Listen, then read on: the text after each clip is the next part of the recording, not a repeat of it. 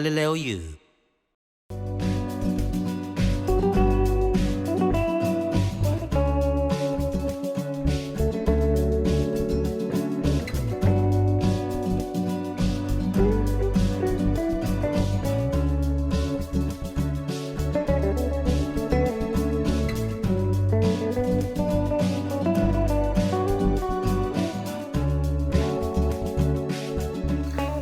강원국의 알릴레오. 여기는 봉화 대통령의 집입니다. 서거 10주기를 맞아서 오늘 특별 판인데요. 이쯤 얘기하면 이제 제 뭐냐고 그런 분이 틀림없이 계실 텐데, 예, 여기 주인장이시죠. 유시민 이사장님 여기 함께 하고 계십니다. 오늘은 그 10주기 특별판이라 그 오프닝을 특별한 분한테 맡겼어요. 그 우리 글쓰기계에서 저와 쌍벽을 이루고 있는 예, 그거 아주 대단한 작가이신 우리 강원국 작가. 네. 뭐 대통령의 글을 쓰고 뭐 자기의 글을 쓰고. 근데 옆에 보시면 안 돼요. 아직 지금 소개를 안 해드렸기 때문에, 예, 그냥 하실 말씀만 하세요. 예, 그렇습니다. 그래서 오늘 우리 대통령님 서재에 와서 10주기 특별 방송이니까 그냥 스튜디오에서 할 수는 없고, 그걸 빙자해서 대통령님 서재에서 해보자. 그래서 오늘 여기 오게 됐습니다. 네. 또 한 분 더 계십니다. 우리 이 지역 국회의원이시죠. 김정호 의원 함께 했습니다. 네, 반갑습니다. 지난 1년 전만 해도 제가 봉화마을에서 친환경 생태농업을 쭉 해왔었고, 그래서 그때 이름은 농군 정호였는데, 그렇죠. 오늘은 국회의원 김정호로 여러분들 만나게 됐습니다. 근데 원래 여기 내려오시기 전에 농사를 지으신 적이 있으신가요? 정말 여기서 처음 노래도 들어가 봤고, 농사일을 대통령님한테 배웠다고 해도 과언이 아닙니다. 처음 했습니다. 예. 아니, 근데 아까 조금 전에 같이 얘기 나눠보니까 정말 농사를 제대로 알고 계신 것 같아요. 그게 영농법인 여기 봉화마을 영농법인의 사장님이었잖아요. 예. 근데 아까 여사님 말씀 들으니까 떠나고 난데 영농법인이 잘 되고 있다고. 그래서 국회의원을 계속 하셔야 될 것 같다고. 막걸리 맛이 좋아졌다. 막걸리 맛이 좋아졌다고. 네. 그러니까 다시 돌아오지 말라는 말씀 같던데. 그러니까 사장님이 없어지니까 그러니까. 막걸리 맛이 좋아졌대요. 그래, 뭘 재료 안 아끼고 막 넣었나 보죠. 꿀을 더 많이 넣었어요. 천연벌 꿀을. 예. 아니, 저는 여기를 한 2번 이 방에 온 적이 있어요. 근데 별로 기억이 안 좋아요. 근데 이제 생전에 계셨는데 주로 여기 와서 앉아 있을 때는 숙제를 받는 시간이었어요. 그러니까 그 쓸거리를 구술을 해주시고 그걸 이제 받아 적는 일이었는데. 아니 퇴임하신 뒤에도 그 일을 했어요? 왔었죠. 여기 진보의 미래 책 요 방에 때문에. 2번 왔었죠. 그리고 제가 지금 요즘에는 이제 방송 진행도 하고 프로기 때문에 이렇게 메이크업 하나도 없이 이렇게 바로 방송 들어가거나 이런 게 굉장히 낯설거든요. 알릴레오 이렇게 대충 찍나요? 이거 뭐 분장 이런 거 하잖아요. 머리도 이렇게 하고 헤어도. 근데 우리 알릴레오는 노 메이크업, 노 메이크업입니다. 아예 포기하고 이제 하시는 거예요? 그 해봤자 별 차이 안 되니까. 평소대로. 평소대로. 예. 그 노무현 대통령님도 그 대통령직 하실 때 계실 때 그 카메라 앞에 많이 이제 나가시게 되니까 분장이라고 해야 되나 화장이라고 해야 되나 뭐 그런 걸 하셨잖아요. 그렇죠.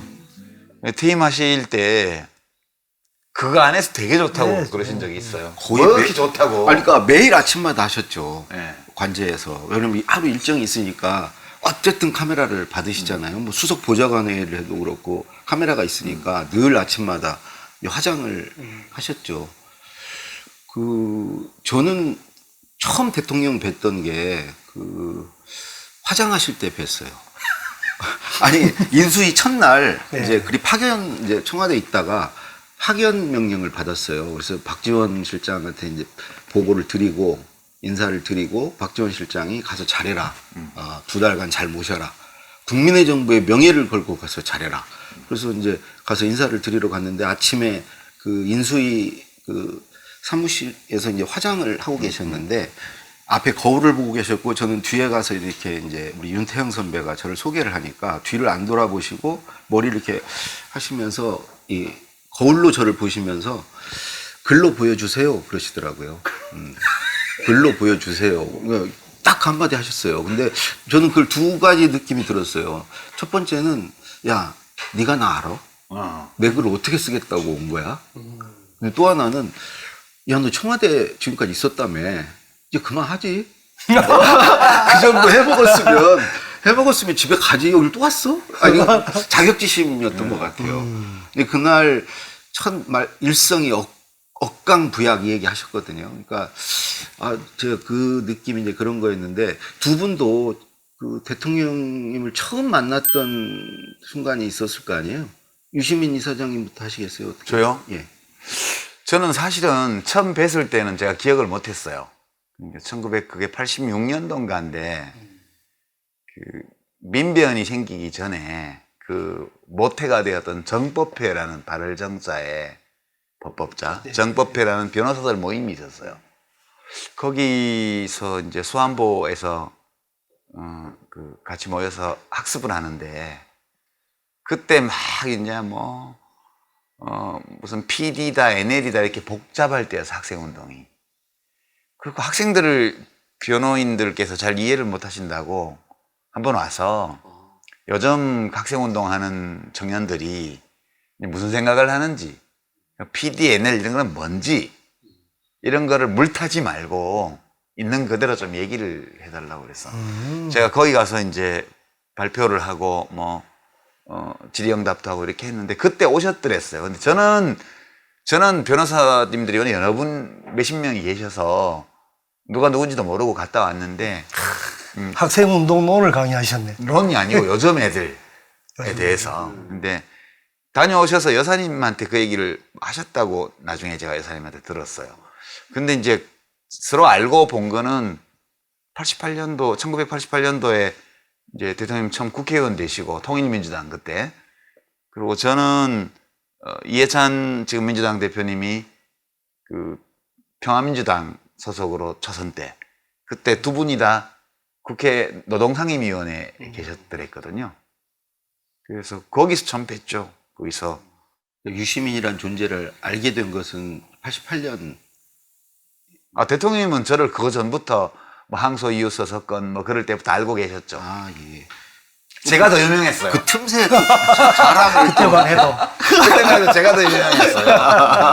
우리 대통령님이 원오브댐이시고 제가 청중 중에 한 명? 그렇죠. 그 정도? 예. 우리 김정호 의원께서는? 저는 법정에서 변호인과 피고인으로 처음 만났습니다. 그랬어요? 예. 이게 85년도인데 학생운동으로 이제 구속됐다가 이제 재판을 받는데 정작 변호사 접견은 문재인 변호사가 오셨어요. 근데 이제 여러분 학생들 이게 증거 농성을 했는데 여러 사람이라 변호인단을 구성을 했었고 주로 이제 구치소에 접견 오는 변호사는 문 변호사님이 다 맡아서 했고 재판이 열려서 주 변호를 우리 노무현 당시 이제 인권 변호사가 하셨는데 그때 이제 직접적으로는 딱 맞닥뜨리게 되었죠. 그 전에 알긴 했는데 변호사님은 부산에 이제 원오브댐이었구나. 저는 원오브댐이고 대통령이 이제 변호사로서 유명하셨고 빤했으니까요 인권 변호사가 부산에. 근데 이제 그렇게 만나서 그게 85년도니까 벌써 33년. 제일 먼저 하셨네. 알기는 이제 그래 된 것 같아요. 예. 제일 연조가. 제일 그래 쭉 오랫동안. 그러네. 근데 이제 일찍 아셨더라도 이분이다 그러고 이제 이분과 이제 뭔가 이분하고는 뭘 좀 같이 도모해 보고 싶다 어떤 그런 또 때가 있었을 거 아니에요? 저 같은 경우는 그 임기 3년차 때인데 이제 너무 힘들어가지고 제가 글쓰기 아시잖아요. 힘들지. 너무 힘들어가지고 제가 볼 때 신동호 비서관도 지금 힘들 때가 됐어요. 이제 2년 이제 지나가니까. 근데 그만두겠다고 말씀을 드렸거든요. 이 독회를 하다가 기습적으로 그랬더니 대통령이 뭐 할 낀데 그래서 아, 선생님 하려고 그럽니다. 대학 교수 그러더라고요. 아니, 고등학교 선생님 할 겁니다. 그랬더니 자격증 있노? 그러시더라고요. 그래서 있다고 그랬더니 그래? 알았다. 아, 근데 너무 쉽게 사표를 수리해 버리시더라고요. 아니, 알았다. 그러셔가지고 그냥 이 구두로 사표 수리가 돼버렸어요. 이제는 돌아오지 못할 거를 가버린 거예요. 근데 며칠 후에 그때 이병환 실장님이신데 불러가지고 너 대통령 때 뭐라고 했는데 그래서 그만두겠다 했다 우리 대통령께서 걔가 힘들어서 그런 것 같으니 병가를 주든지 아니면 어디 자리를 알아봐 줘라. 걔가 덜 힘든 대로. 네, 도망가려고 지금 뭐 그렇게 얘기하는 것 같은데 자리를 알아봐 줘라. 그래서 아, 그 말을 듣고 야, 대통령이 저 이름도 저 모르시거든요. 그때까지 저는 그렇게 알았어요. 아, 진짜 몰랐어요. 계속 그냥 강비서관이라고 그랬지 이름을 한 번도 불러준 적이 없어요. 근데 그거를 저를 기억해뒀다가 그 제 말을 듣고 비서실장한테 또 그런 걸 얘기하셨다는 게 전 그 당시에 너무 감동이었어요. 이분이 나를 아는구나. 그래서 그때 처음으로 알았어요. 나를 알고 그냥 나는 연설 비서관으로서 그냥 길 쓰는 놈으로만 이렇게 알고 계실 거라고 생각을 했는데 나를 위해서 이렇게 배려를 해주시는 걸 보고 아, 별거에다 감동을 받네. 아니, 2년이나 모셨는데 내 이름 나 알아주는 것만 해도 감동을 받는다고? 그러면 아니 이름을 실제로 모르셨어요. 이름을 모르셨어요. 청와대는 그런 데구나. 아, 그래가지고 내가 끝까지 모셔야지. 이분 두고 못 떠나겠다. 근데 저는 그때가 제일 그분을 이제 그 전까지는 그냥 불러주면 연설 쓰는 사람이었다가 그때부터는 정말 성심으로 이게 모시게 된 계기였던 것 같아요. 이 사장님은 언제 그러면 처음부터 아예 같이 묻어야겠구나 생각하셨어요? 저는 그 노동위원회에서 국회 노동위원회에서 뭐 직원 100명도 안 되는 조그만 사업장 문제를 가지고 막 노동부 장관, 차관, 노동정책국장을 상대로 그렇게 하시는 걸 보면서 그때 이해찬 의원도 현장에 많이 다녔고 나도 맨날 따라다니고 같이 가서 밤새 교섭도 해주고 많이 해봤지만 저런 열정은 아니었다. 그런 생각이 들었어요. 저 정도의 열정은 아니었다. 저분은 진짜 불덩어리네. 그래서 저런 분이 대통령 하셔야 나라가 되지. 스타일이 내가 모시던 이해찬 의원하고는 달라도 너무 다른 거야. 근데 그 이해찬 의원님 갑자기 그 뭔가 지금 일격을 의문의 일패 같은. 이해찬 의원은 치밀하지. 이성적이고. 이성적이고 치밀하죠. 화를 낼 때도 전략적으로 화를 내는 분이에요. 그래서 이해찬 의원은 국무총리를 하고 노무현 의원은 대통령을 하시면 나라가 정말 제대로 될 것 같다. 그런 얘기를 우리가 했어요. 그때 그 노무현 의원님 그 비서관들하고도 내가 그런 얘기를 했어. 근데 내가 그 꽁다리에 장관으로 달 일이라고는 상상을 못했지. 네. 분노가 안에 있으세요. 어마어마했지. 네. 불덩이란 말 쓰요. 항상 기업인들이 이렇게 얘기합니다. 우리 식구, 우리 가족, 뭐뭐 가족 이렇게 얘기합니다. 절대 권력을 가지고 있는 권부에는 5년 동안에 34억 5천만 원이라는 돈을 널렁널렁 갖다 주면서 내 공장에서 내 돈 벌어주려고 일하다가 죽었던 이 노동자에 대해서 4천만 원 주느냐 8천만 원 주느냐를 가지고 그렇게 싸워야 합니까? 그것이 인도적입니까? 그것이 기업이 할 일입니까? 와, 정말 옆에서 보면 막 그 질의하시는 걸 보고 있으면 뒤에서 막 가슴이 쿵쿵쿵쿵. 그러니까 뭐 재벌들한테 거기다 돈 정부에 갖다 주면서 자기 식구들을 위해서는 그 돈을 안 쓰고 뭐 이런 거 하시잖아요. 그딱 그거야. 네. 그래서 듣고만 있어도 가슴이 쿵쿵쿵 뛰는 거예요. 그런 매력이 있으셔서 내가 일방적으로 좋아하고 내가 일방적으로 뭘 이렇게 했지. 그러면 2년을 구체적으로 맺으신 것은 뭔가 역할을 공식적으로 하신 것은 장관 전에요. 뭘로 대통령과 이렇게 된 거죠? 뭐 보좌관을 하지도 않으셨고. 아니 그런 건 없어. 나 자원봉사자. 되게 유력한 자원봉사자였지 내가. 노무현 후보가 힘들었을 때 뭐 그때 왜 바리케이트에 화염병을 들고 그 나타나는 말씀하셨지. 심정으로 네. 글을 쓰신 게 있잖아요. 그 대목에서 뭐 결정적으로 유시민 장관이 이렇게 우리 노무현 대통령하고 결연되는 순간이었던 것 같아요. 그러니까 그게 몇 년 총선이에요? 그 부산 다시 가셔서 20년이죠. 2000년. 예, 2000년 2000년 총선이죠. 국강서 선거에. 그때 제가 그 신문 칼럼 쓰고 있을 때인데 그 칼럼에서 응원했다가 선거법 위반으로 고발당해가지고 물론 기소유예 받기는 했는데 그래서 약간 가끔씩 만나서 이렇게 경제학 공부도 하고 뭐 이렇게 했었어요. 가끔씩 만나서. 아, 가르쳐 주셨다는 얘기예요? 같이 얘기하는 거지 그냥. 같이. 그냥 밥 먹으면서 같이 얘기하는 거예요. 근데 그러다가 2002년도에 제가 이제 2001년도에 MBC 100분 토론 진행자를 하고 있다가 그 금강빌딩 그 경선 캠프에 자원봉사를 빨리 하려고 거기 사표를 내고 그래갖고 이제 연초부터 출근해가지고 거기서 한 넉 달 정도 자봉을 했죠. 그 경선 끝날 때까지. 어떤 역할을 하셨어요? 온갖 거 다 했죠 뭐. 그 후보님 심기 관리부터 시작해서 찬양, 고무, 동조, 공무 이런 거 있잖아. 우리 대통령님은 사기를 북돋아 드려야지. 우리 대통령님은 기분이 좋으시면 어때가지고 200%를 내는 분이고 좀 기분이 이렇게 가라앉으시면 그 반도 못 내시는 분이에요. 그래서 옆에서 이렇게 심기 관리를 좀 해드리는 게 중요해요.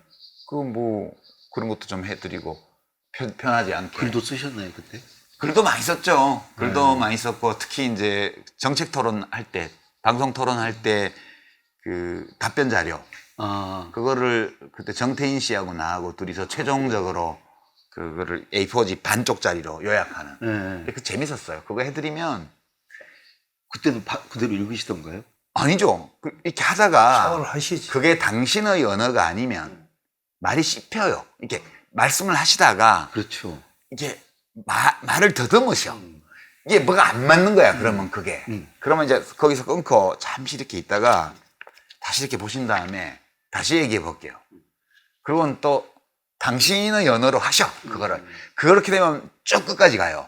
그럼 우리가 듣고 있다가 그거예요. 그러니까 우리가 써드린 거는 아무래도 목물들이 쓴 거기 때문에 이 노무현 대통령의 그 특유의 그게 있죠. 언어가 아닌 거예요. 그게 딱 올라타셔야 이게 수술보가 그래서 우리가 그거를 처음에는 그런 애로사항이 있었는데 계속 몇 달 동안 하면서 나중에는 착착 맞아가지고 저는 5년을 해도 안 맞던데. 계속 아니다 이거 아니다 물론 다시 안 해라. 맞을 때도 있지. 우리 김정우 의원님은 여기 농사 지으러 오셔서 그때 그런 건 아니셨을 텐데. 네. 저는 아까 이제 학생 운동 때부터 그렇게 인연인데 제가 결정적으로 마음을 뺏겼던 게 6월 항쟁 때였습니다.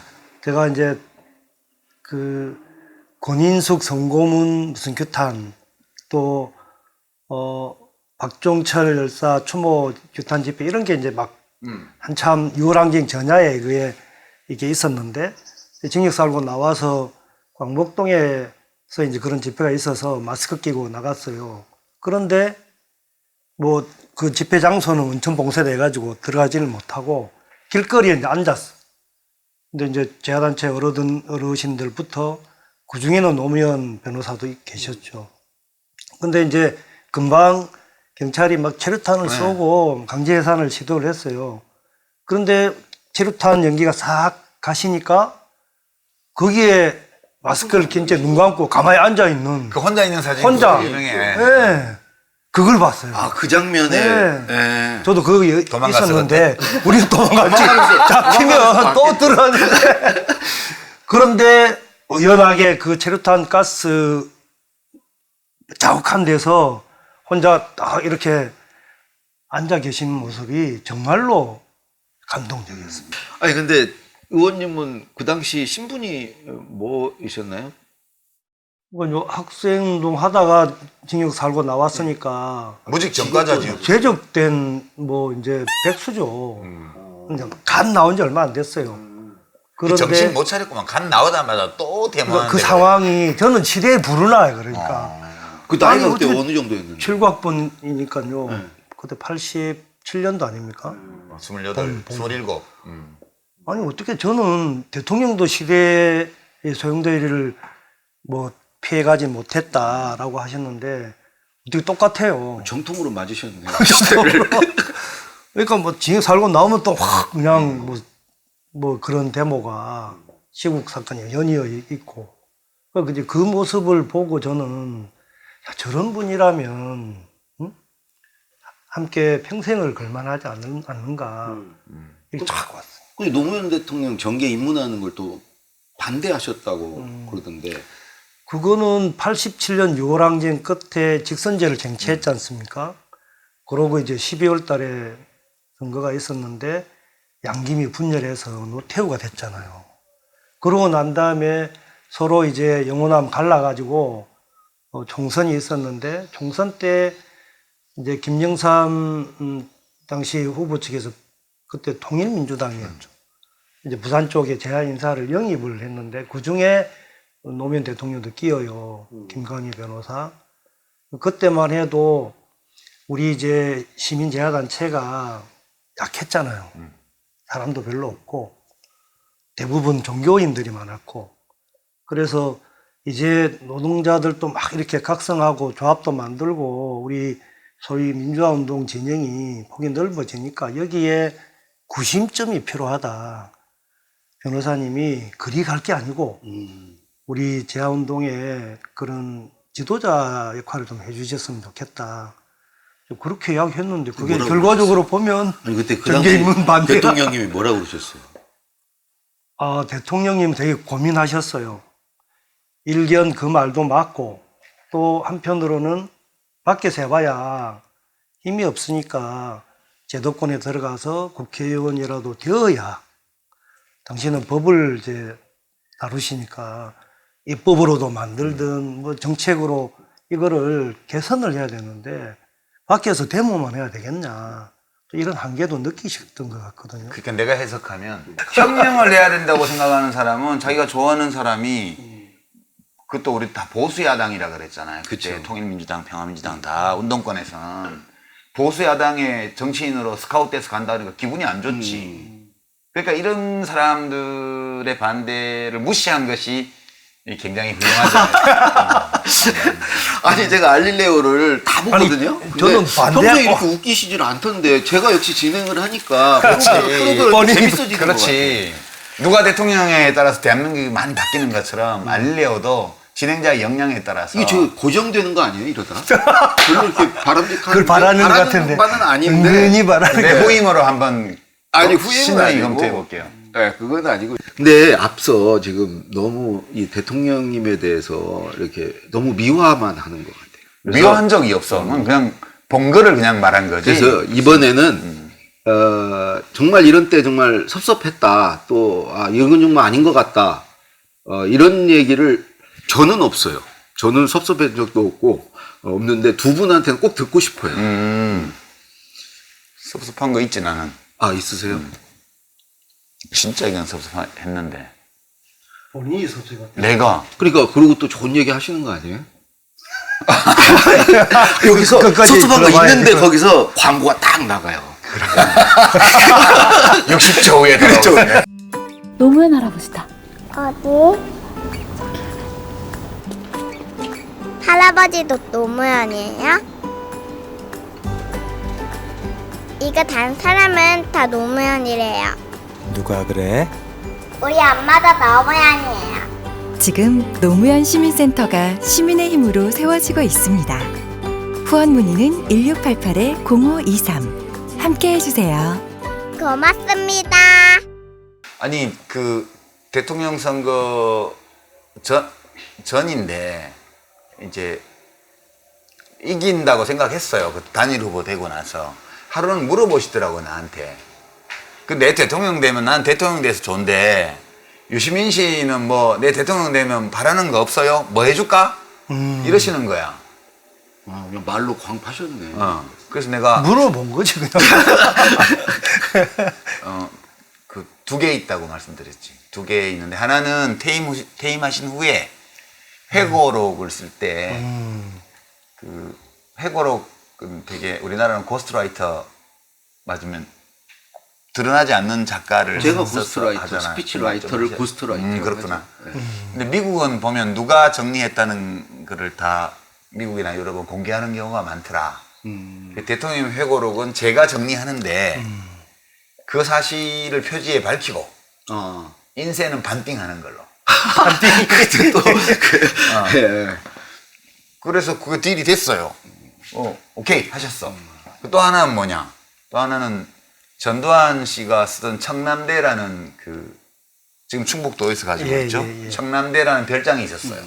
그 민원이 엄청 많았던 별장이거든요. 처음에 그거를 지역 발전을 시켜주겠다고 사기 공약을 해가지고 해놓고 청남대를 만든 다음에 그 일대를 다 통행 금지하고 막 묶어버렸죠. 묶어버려가지고 농민들의 그 주변 농민들하고 땅을 수용당한 사람들 원성이 하늘을 찔렀어요. 왜 아냐? 내가 낚시꾼이라서 살거든.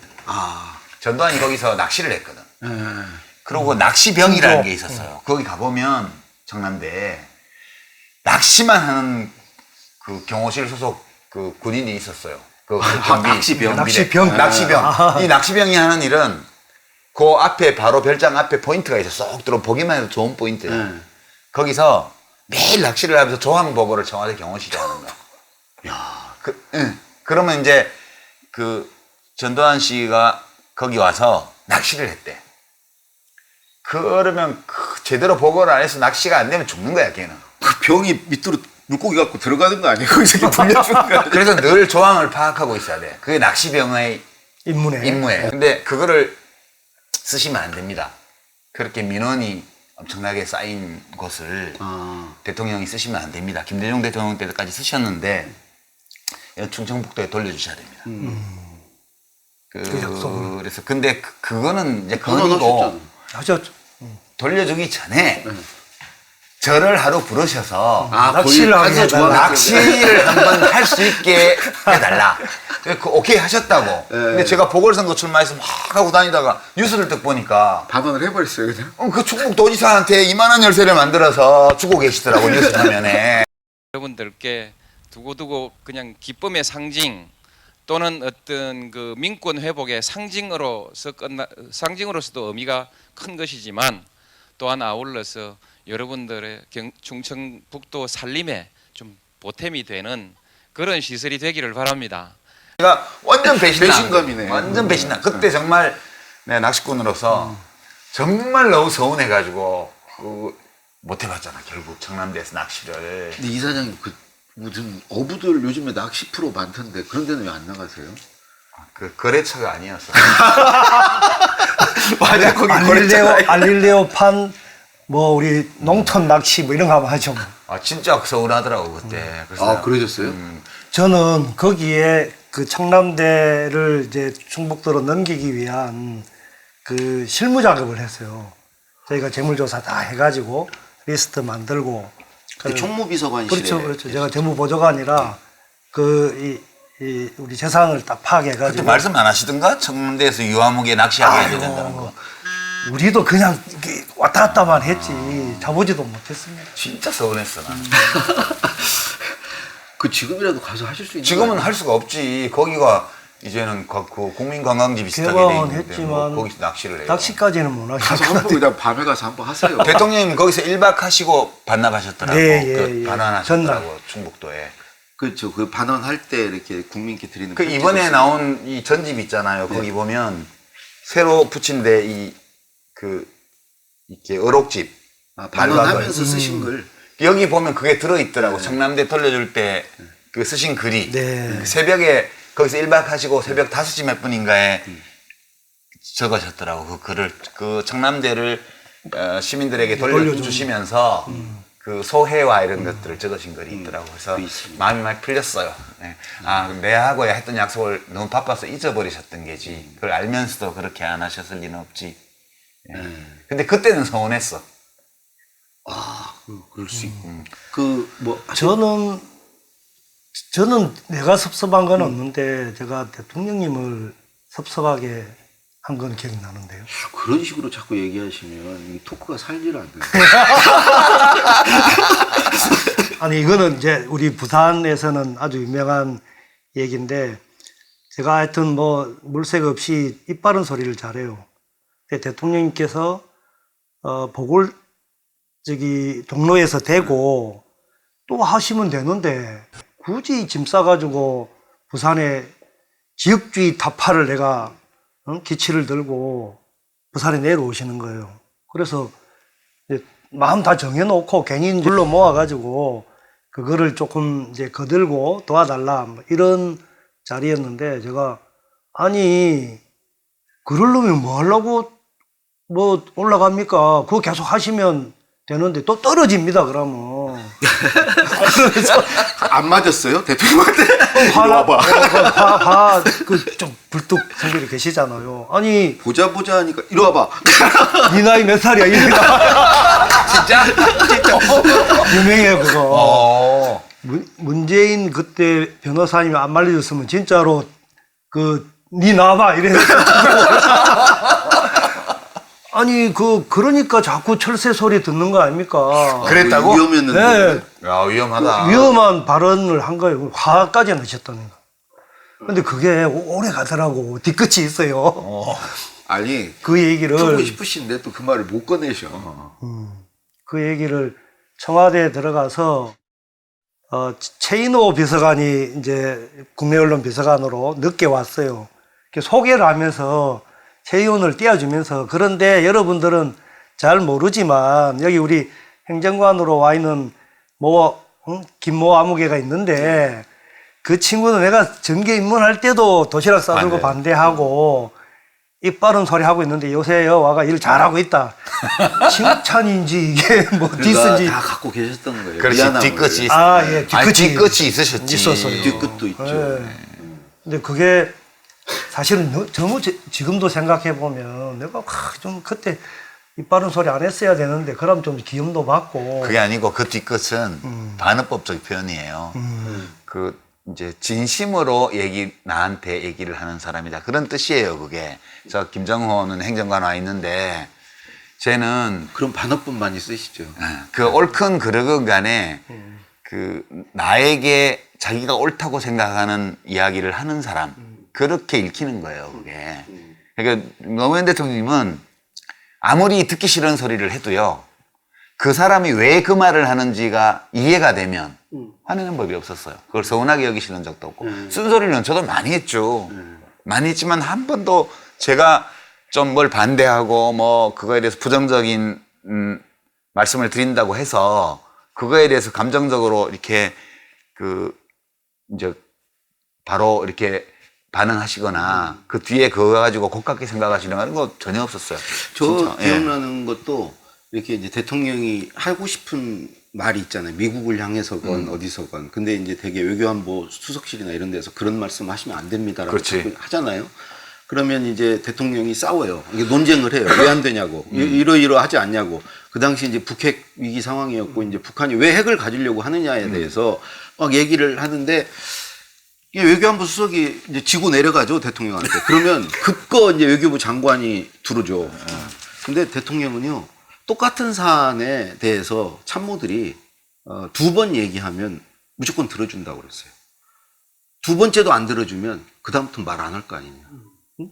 그럼 그냥 말을 해도 씨알도 안 먹히면 누가 말을 하겠냐. 자기 찍혀가면서 누가 말을 하겠냐. 그러면 장관 수석들 다 필요 없고 나 혼자 해야 되는데 그거는 아닌 것 같다. 그래서 예를 들어서 연생론은 주로 이제 고치는 일로 저는 이제 말씀을 드렸는데 그 2번째 외교부 장관 들어오면 알겠습니다. 그것 때문에 오신 거죠? 그러면서 내가 연설비에서 얘기해 놓겠습니다. 그렇게 고치세요. 그래서 와요. 그리고 대통령 쪽에서 윤태영 선배가 연락 오고 하면 고치는데 진짜 하고 싶은 얘기는 그냥 현장에 가서 해버리세요. 그렇지. 하시면서 그 얘기까지 해요. 이거 이 말 하면 안 된다고 했다고. 이렇게 바꾸라고 그 정도로 그랬는데. 솔직하셔요. 아무리 생각해도 이건 아닌 것 같다. 이렇게 바꾸는 게. 그래서 이제 그런 말로 사실은 좀 5년 내내 좀 시달리셨잖아요. 뭐 그걸 막말이라고도 하고 근데 그 대통령의 그 언어에 대해서 이렇게 옆에서 지켜본 입장에서 이렇게 이사장님 하실 말씀이 없으신가 봐요. 옆에 그냥 쳐다봐 보시네요. 제 눈을 자꾸 피하시는 아니, 거 가까이서 모신 분들은. 저는 뭐 반어법은 당신의 생각을 명료하게 드러내기 위해서 그렇게 말씀 시작하셨고 오히려 대통령 굉장히 그 구체적인 사례를 들어서 딱 말씀하실 때 보면 중학교 2학년, 3학년들이 알아들을 수 있는 그런 말과 비유, 사례 이런 비유, 사례로 늘 말씀하셔서 대통령님 남기신 유고나 이런 걸 네. 보면 글을 되게 잘 쓰셔요. 그 문장의 구조나 그 주술 관계, 주어 수로 관계를 맞추는 거나 단어들을 조합해서 어떤 느낌을 전달하는 능력이 되게 뛰어나세요. 뛰어난 분인데, 이제 법률가 변호사를 하시면서 글을 많이 써보셨잖아요. 그런 영향도 있고. 근데 글보다 말씀이 훨씬 더 좋아요. 말씀이 좋은데,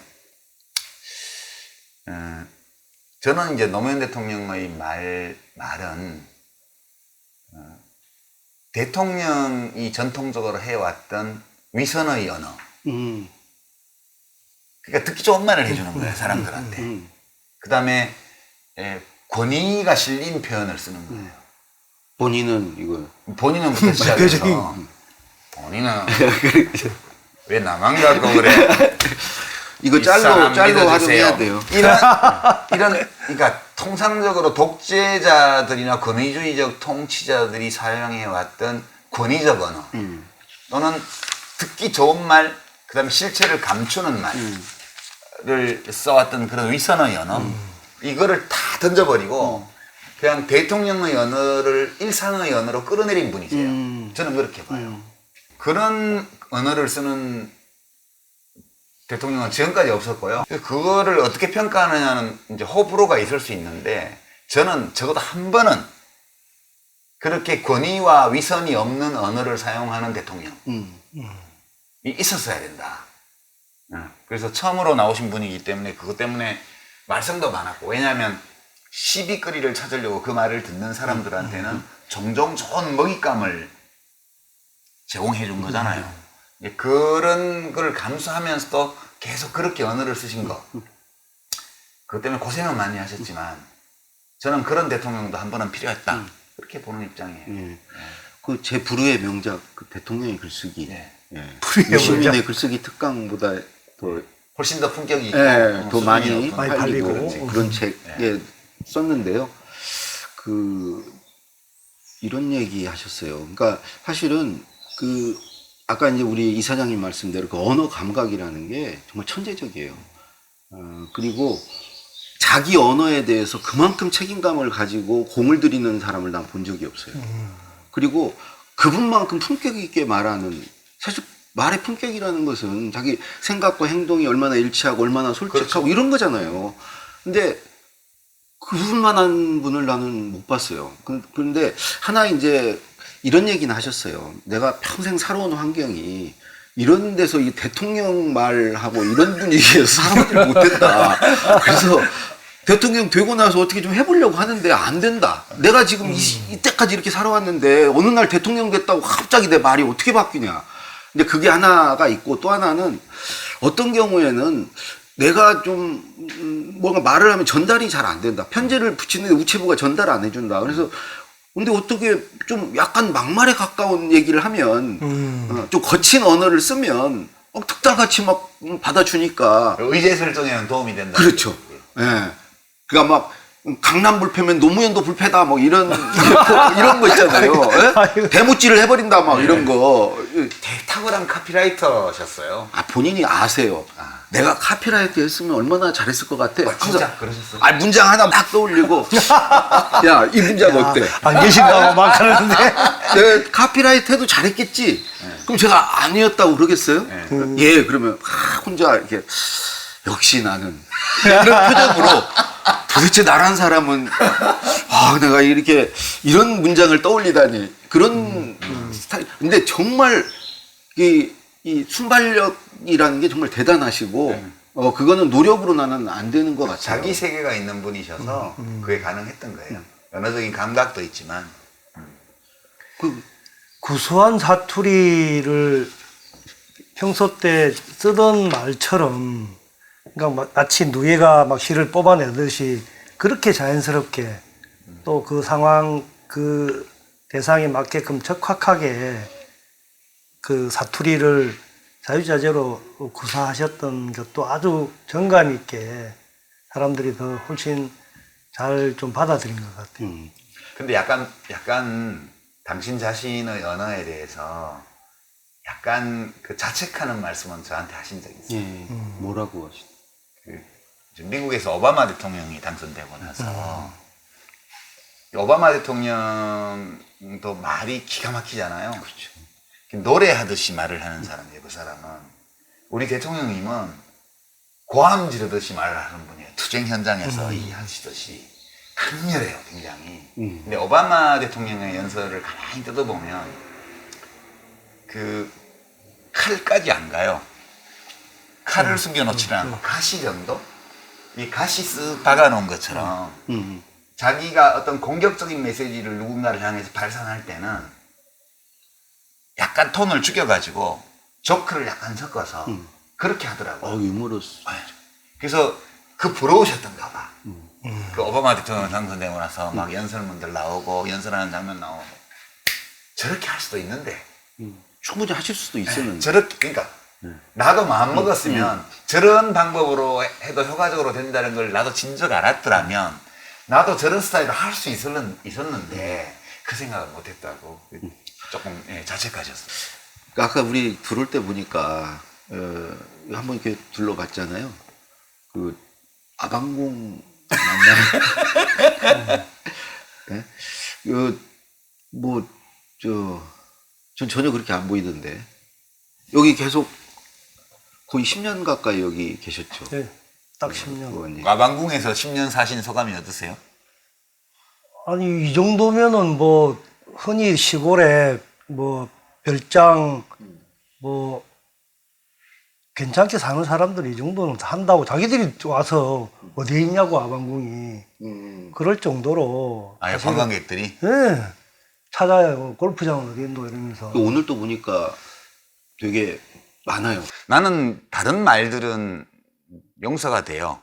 뭐 대통령 그 재직하실 때 뭐 공격하고 뭐 경포대라 그러고 뭐가 그런 정치 세력들끼리 경쟁하면서 공격한 거니까 뭐 그럴 수도 있지 뭐. 우리도 뭐 이명박 박근혜 대통령 때 심하게 공격했잖냐. 그거는 이제 양해가 돼요. 근데 이 아방궁 이거는 지금도 용서가 안 되고 그 사람들이 지금 여기 뭐 묘역에 뭐 참배까지 하러 오면서 그거에 대해서 사과 한마디 하는 사람이 없어요 지금까지. 그거는 이미 퇴임한 대통령 가지고 이 집을 아방궁이라고 그렇게 비난하면서 온 보수 언론에 도배를 하고 여기 우리 김 의원님 보시기에는 이렇게 내려오신 건 오래전부터 이렇게 생각해서 내려오셨잖아요. 여기 와서 하고자 하셨던 일들이 주로 뭐였나요? 먼저 재임 때 왜 내려오시려고 했냐. 예.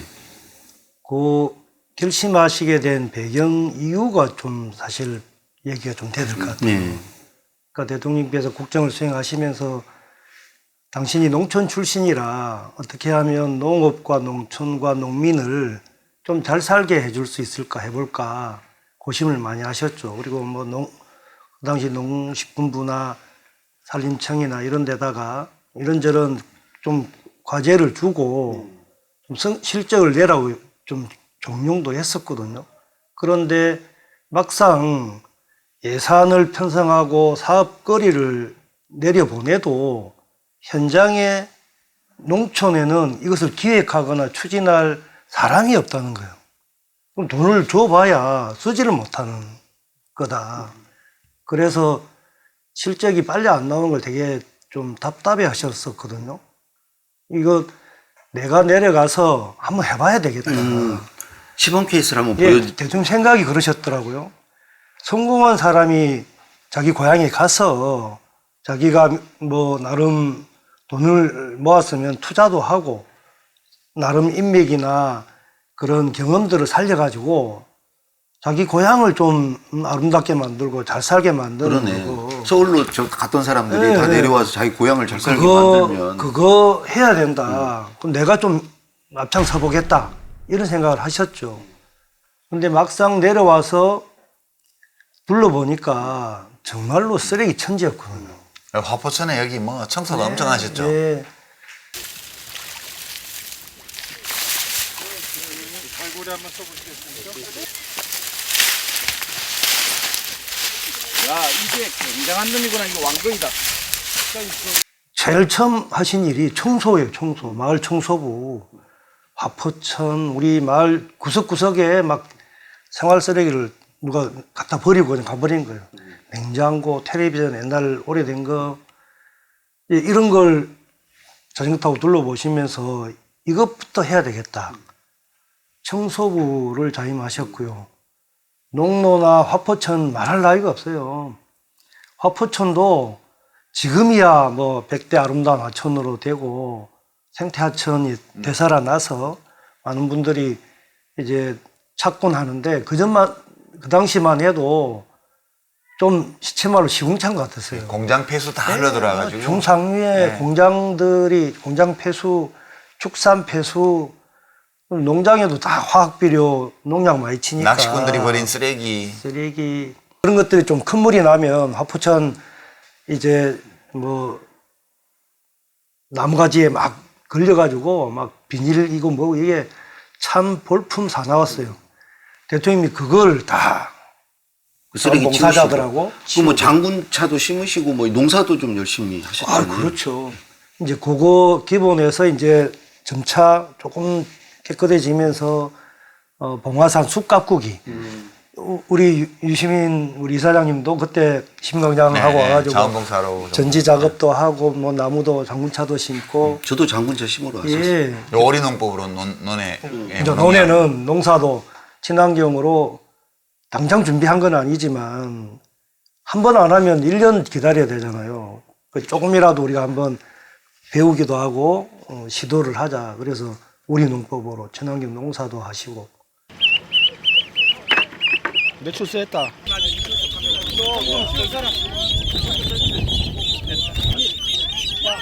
하나, 둘, 셋.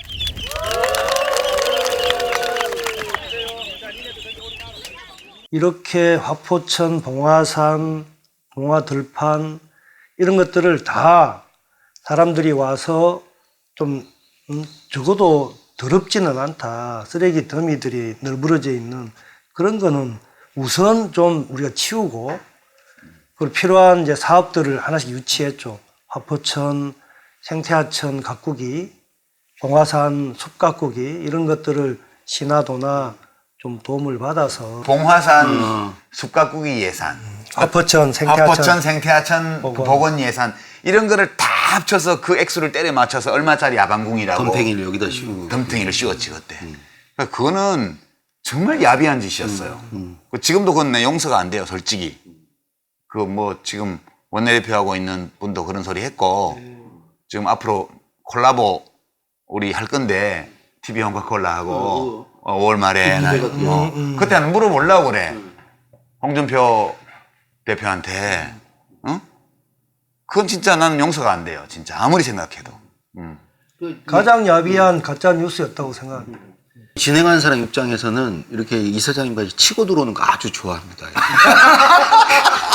아니, 그래야 이야기가 되죠. 그래가지고 계속 이렇게 얘기를 중간에. 근데 저는 궁금한 게, 저 이제 대통령의 모습만 옆에서 이제 봤고, 그야말로 농군 노무현, 여기 시민 노무현을 옆에서 이제 지켜보셨잖아요. 네. 그 재임 중에는 술을 거의 전혀 안 하셨는데 여기서는 좀 하셨습니까? 했죠. 얼마나 주량이 얼마나? 양은 여전히 뭐 많지는 않으셨는데 이제 들판에 가면 들일을 하다 보면 다 새참을 드시잖아요.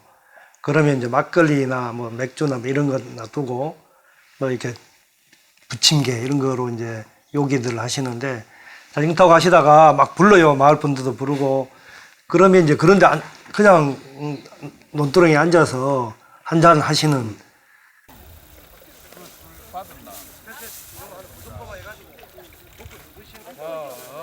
수고 많았습니다. 감사합니다.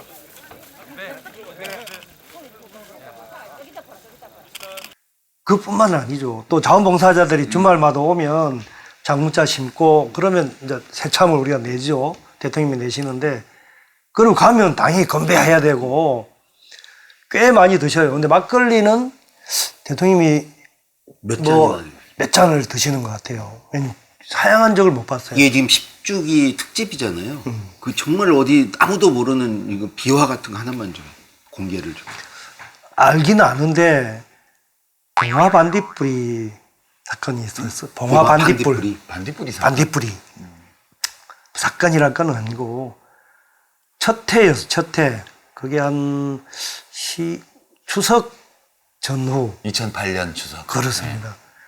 그때는 김경수 지금 지사랑 저랑 둘이가 이제 여기 봉화에 살았는데 저녁을 먹고 이제 산책을 뚝방길을 걷는 거예요. 걷다가 이제 바위가 하나 있었는데 거기 앉아서 이제 보다가 뭐가 깜깜한데 뭐 불빛이 피어오르더라고. 그래서 뭔가 싶었는데 반딧불이 아니야? 이렇게 된 거예요. 그 다음부터는 제가 있을 것 같아 이러면서 반딧불이를 밥만 먹으면 이제 찾으러 다녀. 하루는 우르르 반딧불이가 날아오르는 거를 정말로 목격을 했는데 그 감동은 짜릿한 거죠. 아, 그러니까 환경이 좋아져서 생긴 건가요? 반딧불이가? 예, 그런 면도 있고 이제 사람 발길이 이제 안 닿는 그런 곳에는 서식을 일부 했던 거예요. 옛날에 논에 확 있었던 거에 논까지는 못 가고 뭐 가장자리에. 그래서 이건 누구한테 이 소식을 깊은 소식을 전할까 생각난 게 대통령님 아니시겠어요. 왜냐면 그런 거를 복원시키려고 애를 쓰셨으니까. 근데 뛰어가기는 그렇고 전화를 드렸어요. 당직 경호관한테 급한 일이 있어서 대통령이 보고할 일이 있다고. 잠깐만 기다려 보시라고. 그래서 대통령이 전화를 받았어요. 자네가 웬일이야? 아니 대통령님 반딧불이 봤습니다. 쓸데없는 소리 하고 있는데. 그랬더니 나는 깜짝 놀라서 그래 어디야 튀어나올 줄 알았어. 근데 아주 담담하게 그래 너 몇 마리 봤어? 이러더라고. 일단 사실 확인부터 몇 마리 봤어. 아니 그걸 대충 한 7마리 좀 봤는데요. 더 찾아보면 있을 것 같은데 그래? 나는 20마리 봤는데. 아, 진짜 재밌네. 아니 그러면서 그때부터는 대통령 오히려 약간 그 좀 상기된 표정도 상상이 우쭐한 거 되는데 있잖아요. 내가 아니, 더 봤다. 나는 그 잔골 저수지 네. 그쪽에 갔더니 거기 많더라. 난 20마리도 내가 너보다 한 수 위다 이거예요. 그런 데서 발동되는 승부요. 그 개수부터 딱 확인하고. 확인하고 몇 개 봤어? 50개 봤다 그러면 아무 말도 안 하셨어요. 20마리 그 특유의 그 표정 있잖아요. 으쓱 때는 그러면, 그 눈에 선한 거. 우쭐하고 전화로도 나는 상상이 돼. 예. 네 7마리 봤어. 나는 20마리 봤는데. 니 어디서 봤노? 이그 음악관이라고 있는데 예, 거기 있습니다. 찾아보면 더 있을 것 같아요. 재밌는 얘기다. 예, 그때 나는 벌써 저 위에 예. 산책하다 많이 봤다. 내 속으로 그랬어. 진작에 그러면 얘기를 좀 해주지. 우리도 그럼. 야, 우리 대통령님이 사소한 거지만 승부욕이 있어요. 그러니까 승부욕까지는 아닌데 그거를 본인이 얼마나 자랑하고 싶으셨을까. 확인해봐야 돼요. 진짜 아니 그러고 보니까 그 뒤로부터는 진짜로 많았거든요. 예. 그쪽은 더 농약도 안 치고 하니까 더 많았던 것 같고. 그 마지막 뵈러 왔을 때 그때 이제 그때는 이미 막 이 마당에 못 나오실 때 막 카메라가 막 24시간 거의 이렇게 있는 감시돼 네. 받고. 그때 되게 고마우셨나 봐요. 우리 연설 팀들하고 왔거든요. 그때 처음으로 저한테 처음이자 마지막이죠. 제 이름을 불러주었어요. 내 이름을 다 이렇게 풀로 풀네임으로 강원국 씨 이렇게. 그렇죠. 이게 진짜 가까운 낯가림이 있으시잖아요. 그래서 이게 친근한 표시를 안 해요. 근데 성을 빼고 원국 씨 이것은 정말 그 친하다는 표현이에요. 그러니까 뭐 태영 씨, 광재 씨, 시민 씨라고 하시나요? 어렵게 생각하시죠? 나한테는 성도 붙여주셨어요. 그러니까 대통령이 나한테 최상급은 아니에요. 대통령이 빼야 돼요. 나한테 이제 다정하게 감정 표현을 하신 게 딱 한 번 있었는데 대통령 당선되신 날 밤에 저희가 그때 사람들이 우리 명륜동. 노무현 응원하자 이랬더니 당을 만들면 하고 이번에도 당 안 만들고 민주당에서도 뭐 한다 이러면 쓰고 떠버릴 건데 뭐하러 거기 가서 하냐 이번에 안 한다 이래서 할 수 없이 당을 만들었잖아요 그때 인터넷으로 그 개혁국민정당이라고 개혁국민정당. 이제 대통령이 그 당선이 되시고 당선인 신분으로 거기를 그날 저녁에 오셨어요 잠깐 민주당사에서 그 당선 인사 그런 거를 방송에다 잠깐 하시고 그다음에 거기 얼마 안 되는 거리니까 오셔가지고 문 앞에서 우리 기다리고 있었는데 네. 언제 오시나 그러고 근데 갑자기 어떤 남자들이 오더니 이렇게 잘생기고 이렇게 잘 키도 크고 이런 남자들이 팔꿈치로 막 밀어내는 거야 나를 경무실에서 붙었어. 그래갖고 내가 아니 내가 오늘 호스트인데 근데 뭐 듣지도 않고 그냥 밀어내서 가로 밀렸어 그러고 있는데 그 이제 비서팀 쪽에 누가 이제 또 우리 자원봉사 할 때 다 알았으니까 오더니 그때 여택수였나 누가 와가지고 일단 예, 끌려가. 이렇게 해가지고 아 여기 이분 만나러 오시는 거라고 그러면서 이제 그 경호관들 보고 이렇게 계속 이제 기다렸어요. 네. 그 하마터면 별짓도 못할 뻔했어 밀려나가지고. 근데 오시더니 이제 거기서 이렇게 악수하고 포옹도 한 번 하고 딱 한 말씀. 유시민 씨 수고했어요. 아니 그 말 아유, 한마디 그- 청량빛을 갚아버리면 어떡해요. 야, 나는 딱 한 번 들어봤어요. 그렇게 애썼어요, 수고했어요, 고마워요 이런 말씀 안 하시는 분이거든. 아 연설문 갖고 절대 그런 말씀 안 하고. 네, 마음으로는 그런 게 있으셔도 다른 방식으로 표현하시지 그렇게 직접적으로 말씀하시지 않아요. 근데 직접 말 안 하면 진짜 안 고마웠던 되겠다 거예요. 싶을 때 네, 그때 진짜 한번 고마웠던 하시는 거예요. 수고했어요. 아니 제가 받은 최고의 칭찬은요. 딱히 흠잡을 때도 없지만 썩 마음에도 안 듭니다. 이게 최고의 칭찬이었어요. 그러니까 누구를 칭찬해 주는 걸 되게 겸연쩍 하세요. 네, 겸연쩍 하죠. 그게 수고했어요 한마디 하는 게 그게 그분한테는 정말 대단한 거죠. 어쨌든 제가 마지막에 원국 씨 내 말 맞죠? 그러시더라고요. 아 근데 제가 그때 진짜 이분이 이제 나를 친하게 생각하시는구나. 내 이름을 불러서 하라고 속으로 생각했겠지. 아 그러니까요. 그런데 그 시자 빼고 이름을 부름을 당한 적이 있나요? 그냥 막말로 하시고 이리 와봐. 승부욕 발동했다 또. 정모야 이랬다 이거지. 야 저거야 진짜 이렇게 된 거예요? 저도 사실은 그 좀 가깝고도 먼 분이시라 반말을 정말 안 하시는데. 안 하셔. 예. 그 이제 8년도 12월 5일 날 집거를 하시잖아요. 그때 이제 말씀하셔가지고 안 나오시는 게 좋겠다. 이제 그렇게 해서 집거를 들어갔는데 그 겨울이 정말 힘든 길었어요. 겨울이었죠. 힘들었어요. 주민들의 요청으로 기자분들에게 당부 말씀 드립니다. 사전에 양해를 받지 않고 취재를 하거나 촬영하는 일을 삼가해 주시기 주민들의 요청으로 근데 뭘 할까 하다가 그때 이제 생태연못을 좀 더 늘리고 그 다음에 마을을 들판에는 문원을 만들어서 철새들을 불러오게 하는 쉼터를 만들어주고 또 막 이 낙곡 같은 것들 나락 좀 안 좋은 거를 논에 이제 뿌려서 새들이 오게 만들었어요. 그때는 이미 갇혀가지고 내 언론들이 뭐 진짜 철장 없는 감옥살이였는데 이제 새라도 좀 많이 와서 당신이 어릴 때 여기가 오리방이었다는 거예요. 물이 좀 저습지라 뭐 좀 비가 오고 그러면 이 오리들이 정말로 여기 많이 올려와서 먹이 활동도 하고 이제 그렇게 해서 새까맣게 하늘이 될 정도로 그런 얘기를 이제 하셔서 우리가 오리 농법도 하게 됐는데 그렇게 한번 우리도 해보자.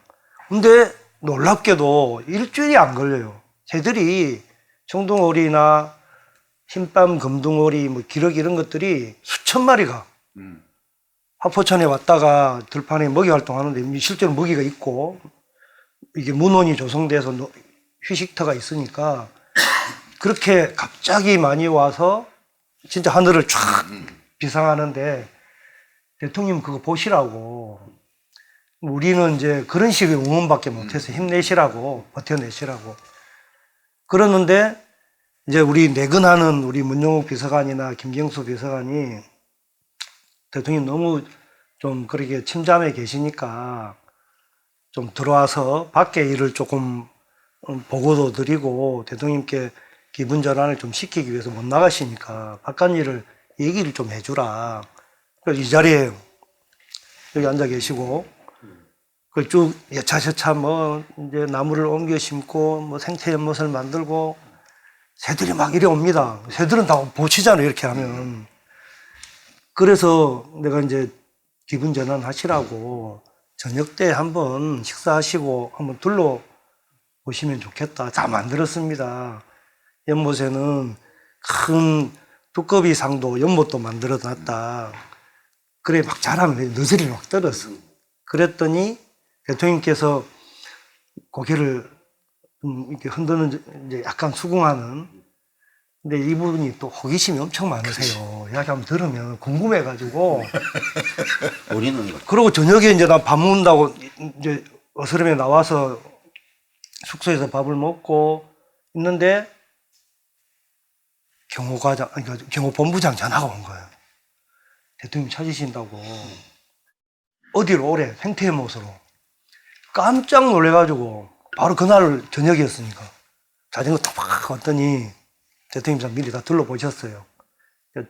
어두워지면 이제 사진 기자들은 철수하니까 제가 자랑했던 데를 한번 둘러보시고 내일 기다리고 있는 거예요. 근데 거기서 내가 가까이 가서 인사하니까 어깨를 두드리면서 정호 수고했네. 저는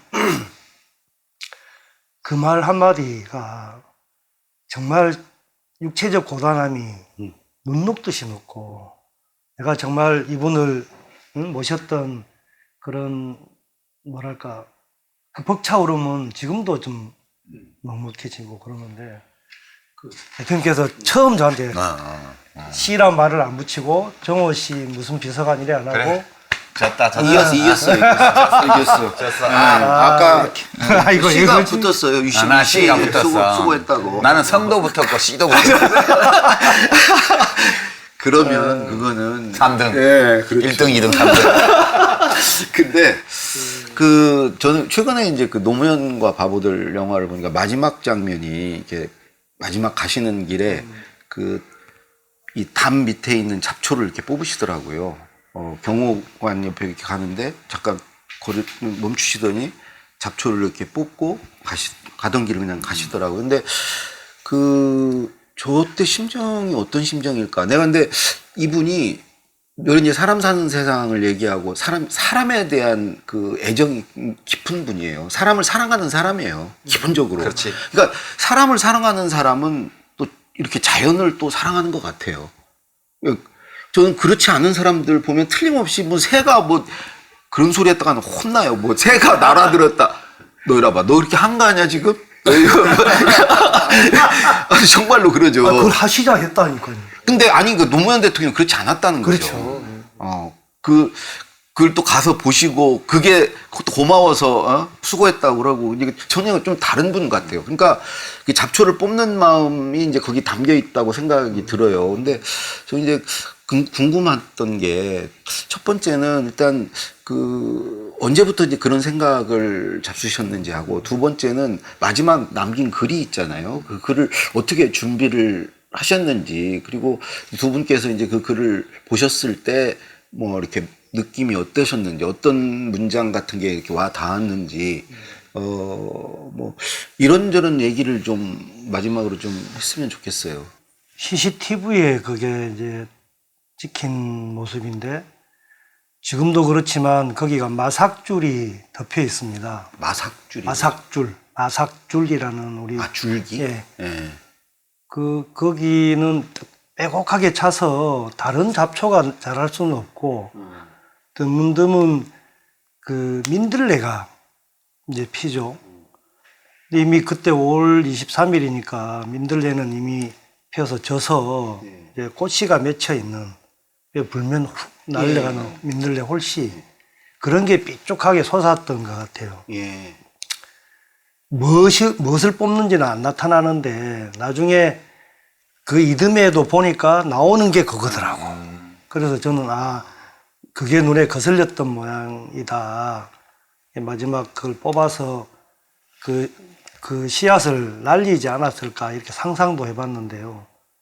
그건 이미 그 전날 또 건호 씨랑 이제 뜰 안에, 이 사자 안에 그런 잡초를 정리하시더라고요. 아, 그러셨어요? 예. 그 연장선상의 그런 평상심을 일찍이 어떤 마음을 발심을 하셨어도 평소 때처럼 그렇게 하시다가 가셨다.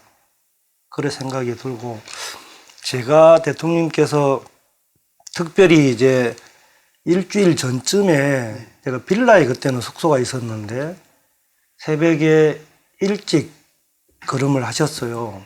그때도 이제 그때는 수행과장이 전화를 해서 대통령 찾으신다고 깜짝 놀라고, 그때는 안 나오시는 때였기 때문에 그 6시 전후 됐었는데요.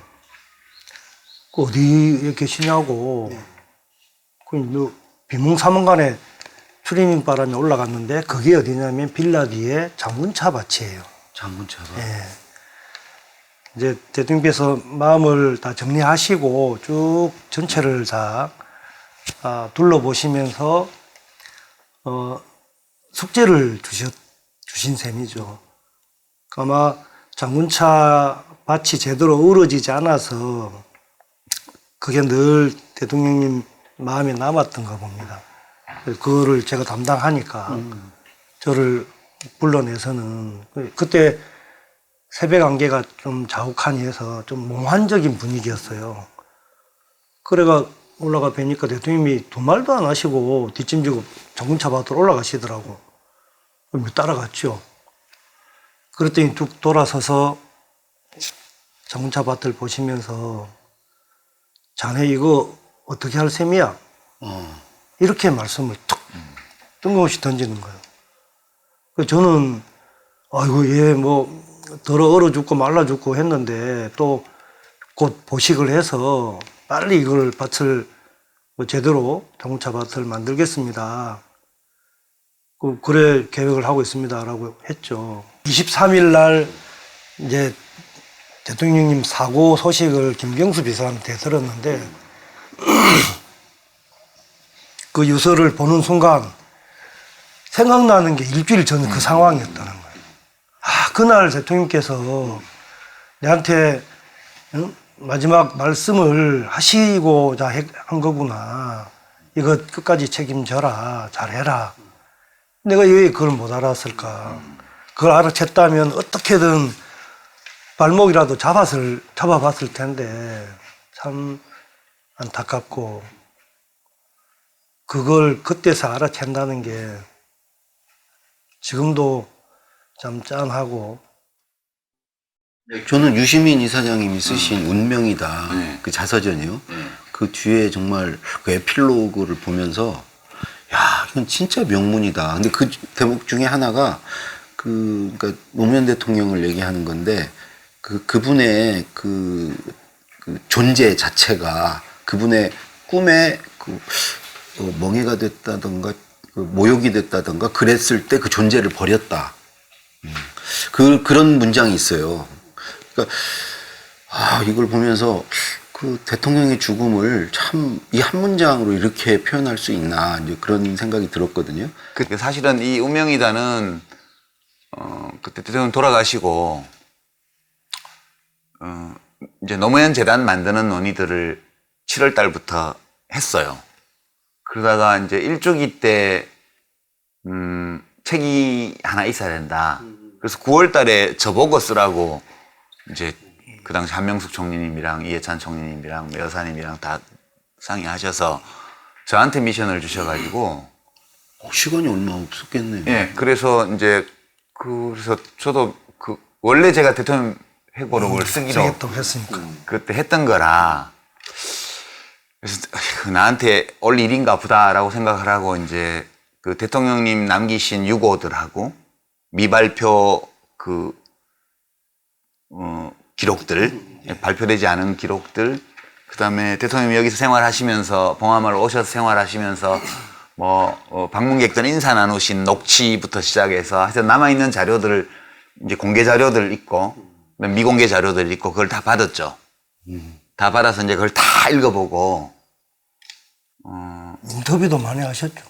예, 그러고 이제 그걸로도 좀 공백들이 있어서 이제 권 여사님 포함해서 뭐 어릴 때 친구분들, 대통령 친구분들, 그 다음에 뭐 같이 활동하셨던 분들 인터뷰도 좀 추가적으로 하고 그렇게 해서 이제 좀 더 보충을 해서 그 다음에 자료들, 공식 자료들도 좀 참고해서 날짜나 이런 것들을 좀 맞춰보고 이런 작업들을 쭉 했어요. 하고 나서 원고를 본격 쓴 거는 2010년 연초부터 이제 제가 작업을 이제 집중적으로 했어요. 그냥 두어 달 정도. 이건 제가 쓰는 게 아니고, 그러니까 대통령이 남겨주신 그 자필 원고나 혹은 구술 기록 이런 것들은 다 뭐냐 하면 대통령 스스로 내 인생을 돌아볼 때 지난날의 내 인생에서 지금의 내가 생각할 때 의미가 있었다고 느끼는 그런 내용들이에요, 다. 그러니까 대통령 스스로 생각하기에 내 인생의 기록, 내 인생에서 있었던 많은 일 중에 오늘의 시점에서 내 스스로 의미가 있었다고 생각하는 일들을 중심으로 기록을 남겨놓으셨더라고요. 근데 그게 일찍이 1988년도에 첫 출마하실 때 그 당신 자신의 삶에 대해서 정리해 주신 최초의 그 자필원고부터 시작해서 이제 서가시기 직전까지 남기셨던 메모들이 있어요. 비교를 해보니까 많이 달라요. 굉장히 많이 다르더라고. 분위기가. 그리고 이제 그 여기서 돌아가시기 전에 남긴 메모 중에 또 말씀 중에 자서전을 써야 되겠는데 그게 성공의 기록이 아니고 실패의 기록을 써야 된다. 그런 말씀도 하셨고요. 4월 19일 날, 그러니까 돌아가시기 한 달, 한 5주쯤 전이죠. 그때 이제 그 홈페이지에 나를 버리셔야 합니다. 그런 글을 올리셨잖아요. 제가 그 다음날 여기 무작정 쫓아왔던 기억이 있는데, 제 짐작에는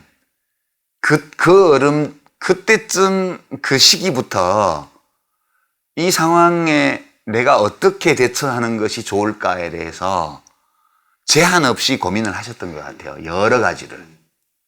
그리고 여러 가지의 이제 뭐 이렇게 전직 대통령으로서가 아니라 시민으로서 헌법이 보장하는 피의자의 권리, 사실, 이걸 가지고 싸울 거냐.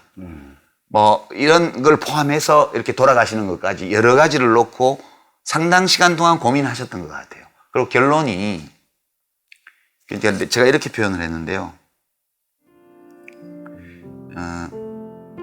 그는 대통령으로서 다 이루지 못했던 꿈을 마저 이루기 위해 전직 대통령으로서 시민으로서 포기하지 않고 노력했다.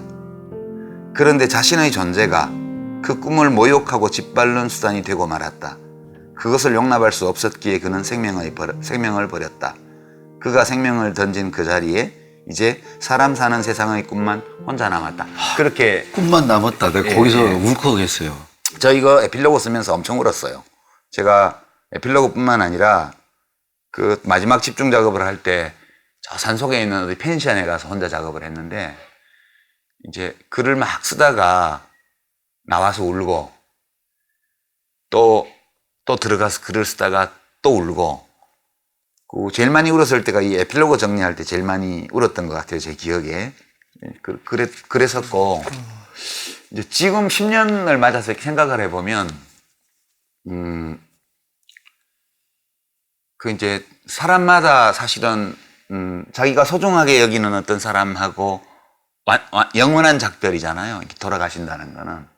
그러면 노무현 대통령님은 이제 우리 김정호 의원 말씀처럼 당신 스스로는 남들이 눈치 못 채게 그 작별의 과정을 다 거치고 가신 거예요. 그날 아침에.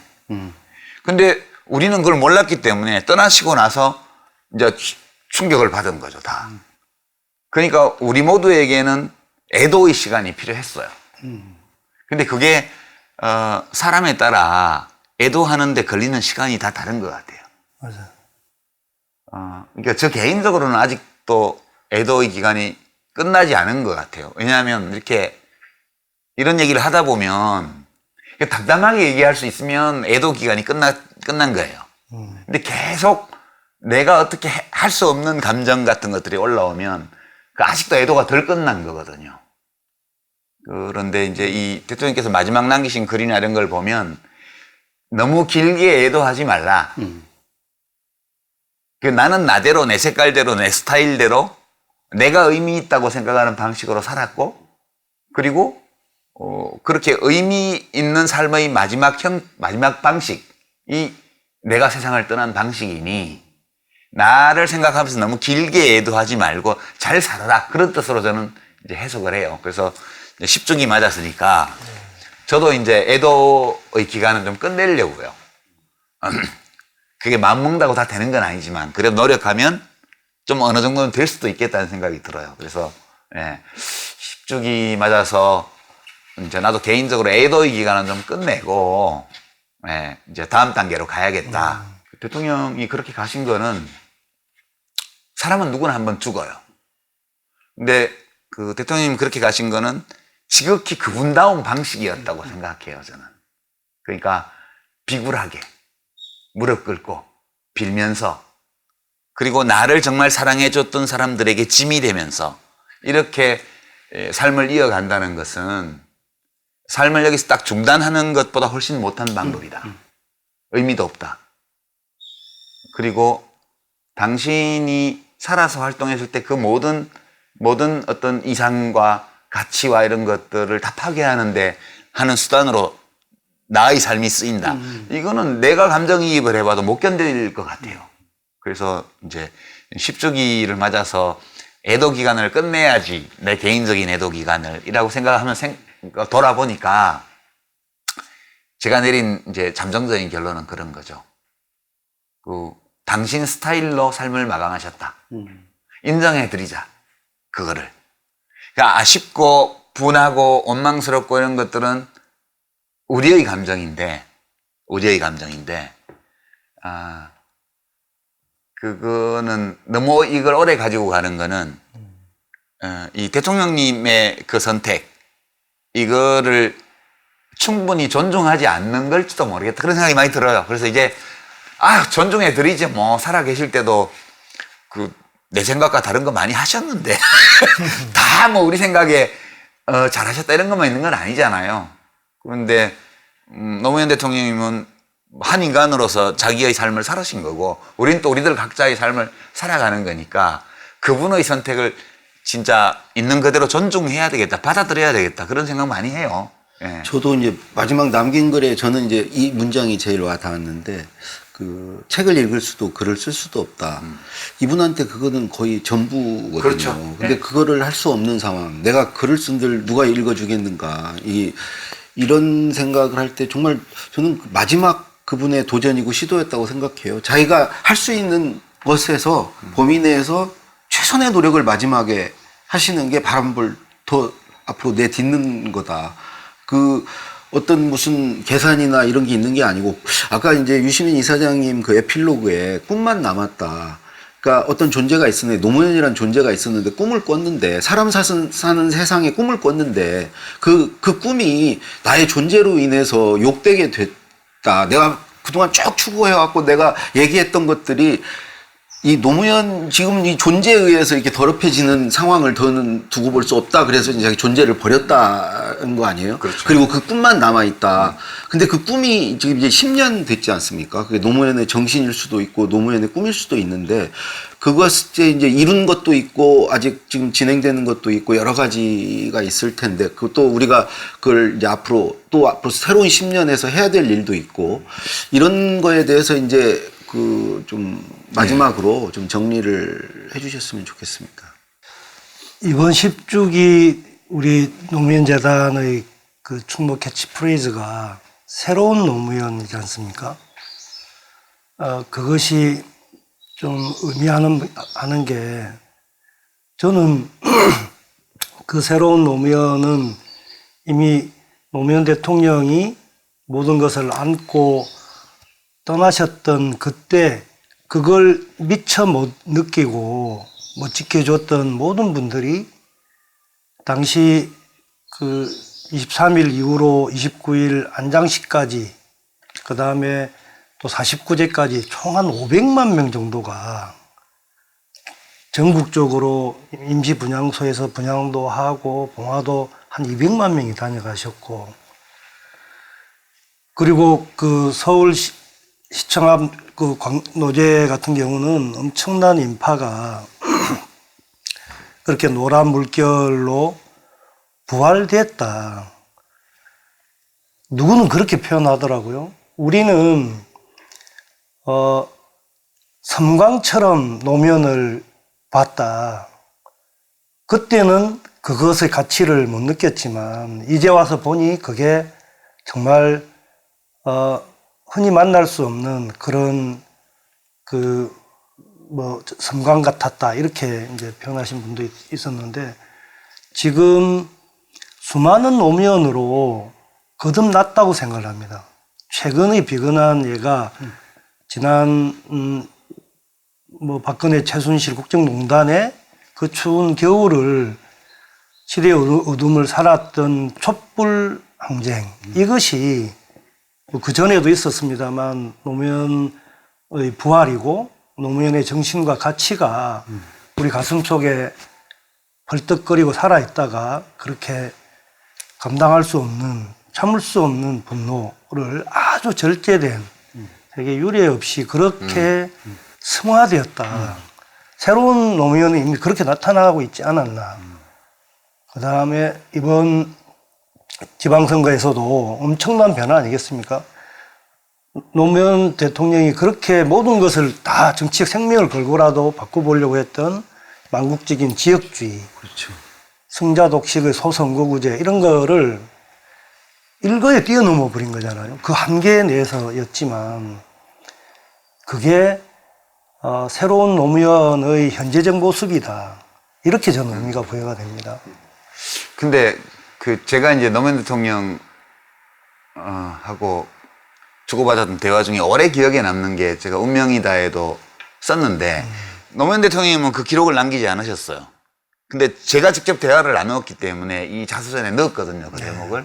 그게 2002년 7월 달에 저를 찾아오셨어요. 그때 저는 경선 끝날 때까지만 자원봉사를 하고 이제 민주당 후보가 되셨으니까 뭐 알아서 이제는 다 하겠지. 그리고 우리 같은 자원봉사자가 당도적으로 들어갈 수도 없고, 그래서 이제 원래 하던 일로 돌아와서 글 쓰고 이렇게 있었는데 갑자기 찾아오셨어요. 갑자기 전화가 오고, 제가 여의도로 가겠다고 그러니까 벌써 마포대교 건너고 있다고 해서, 제가 마포 쪽에 그때 사무실에 있을 때인데 어쨌든 이런저런 대화를 주고받았어요. 그 당시 상황에 대해서. 이른바 백지신당론 나오고 뭐 후보 교체론 나오고 막 할 때였어요. 2002년 7월 달에 후단협 나오고 지지율이 확 떨어져가지고. 네, 지지율도 떨어지고.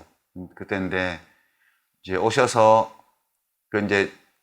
오셔서 하시려고 한 말씀은, 지금 민주당 안에서 너무 힘드니까 응원군을 밖에다가 좀 모아주라, 이제 그런 부탁을 하러 오셨어요. 그래서 이제 제가 그렇게 말씀하셔서 이제 그 일을 하게 됐는데, 그 대화를 나누는 도중에 불쑥 저한테 그런 질문을 하시더라고요. 노무현 시대가 올까요? 이렇게 물어보시더라고요. 그래서 제가 노무현의 시대는 오죠. 올 수밖에 없죠, 그거는. 그런데 그때가 오면 내가 없을 것 같아요, 그러시더라고. 무슨 뜻이죠? 대통령이 안 될 수도 있고, 하여튼 뭐 그런 여러 가지. 대통령이 돼도 뭐 성공하지 못할 수도 있고, 뭐 그런 여러 가지 복합적인 의미를 담고 썸문답처럼. 근데 그 시대가 와도 나는 없을 것 같아요, 그러셔서. 제가 그렇게 냉정하게, 아니 그런 시대가 오기만 하면 되지 후보님이 그때 거기 계시든 안 계시든 무슨 상관이 있습니까? 냉정하다, 그죠? 네, 후보님은 그 새로운 사회로, 새로운 시대로 넘어가는 그 새로운 물결의 첫 파도를 올라탄 분이라고 그랬어요, 제가. 이 첫 파도가 가야 될 때까지 못 갈 수도 있죠. 그렇죠. 그러면 그 다음 파도가 오고 그 다음 파도가 와서 끝내 갈 겁니다. 운이 좋으시면 그 첫 파도를 타고 끝까지 가실 수도 있고요. 저는 가실 수 있다고 믿습니다. 이제 이런, 제가 굉장히 냉정하게 얘기를 했거든요. 그 뒤로 안 찾으신 거 아니에요? 아니, 그래도 그 뒤에도 뭐 엄청 아니 옛날에 장관도 2007년 생각 2007년에 5.18 아니 2007년 5.18 민주화 운동 예. 연설문을 예. 유시민 저기한테 보내서 예. 한번 감사를 받아라. 아니 의견을 달라고 그래라. 예, 예. 그래서 그때 어디 지방에 영천에 어디 제복을 계신데 산 거, 그 거기서 또 선거운동하러 그거를 가셨어. 게임 그저 뭐지 PC방. PC방 가가지고 그 새벽에 그걸 해가지고 보내셨어요. 그래서 대통령에 보고를 드렸더니 딱 읽어보시더니 뭐 유시민 생각이네 됐다. 그걸로 쓰레기통으로 바로 들어갔어. 내가 속으로 얼마나 통쾌하든지. 보십시오. 뭐 천하의 유시민도 별 볼 일 없지 않습니까? 내가 대통령이 아닌데 뭐 그건 알 수 없는 거고 그렇게 돼도. 근데 원래 그 의견을 널리 구한다는 건 그런 거예요. 의견 조회가 오면 내 생각을 보내고 그게 뭐 채택이 되면 되는 거고 안 되면 쓰레기통으로 들어가는 거지. 그걸 뭐 쓰레기통에 들어가도 내가 약 오를 것 같아. 전혀 그런 거 없고. 괜히 그저 보니까 아, 하여튼 그게 제가 오래오래 생각이 나더라고. 그러니까 지금 이제 나는 그럼 뭐가 노무현 정신이냐 그런다면 그것은 내용에 있는 게 아니라는 거예요. 제 생각은. 내용은 정해져 있어요. 내용은 김대중 대통령, 노무현 대통령, 문재인 대통령 이 세 분의 대통령이 지금 집권한 기간이 12년이잖아요. 5년씩 두 분하고 지금 2년 됐죠. 그러면 무슨 시대 정신이 5년마다 바뀌겠어요. 그렇죠. 그러니까 김대중 대통령께서 그 노무현 대통령 돌아가실 무렵에 3대 위기론을 펴셨잖아요. 그때 김대중 대통령이 3대 위기론을 얘기하신 게 이제 민주주의의 위기, 서민 경제의 위기, 남북 관계의 위기. 딱 세 가지 말씀하셨어요. 그럼 이 세 대통령이 추구했던 그런 정치적인 목표의 내용은 정해져 있는 거예요. 그러니까 민주주의, 민생 그 다음에 평화. 고루 잘 사는 나라, 그죠? 그렇죠. 이 서민 경제의 위기라는 거는 이 없는 사람들이 살기 너무 힘들게 경제 됐다는 발전이 뜻이잖아요. 아니죠. 예. 네. 세 번째는 이 한반도의 평화. 이 세 가지예요.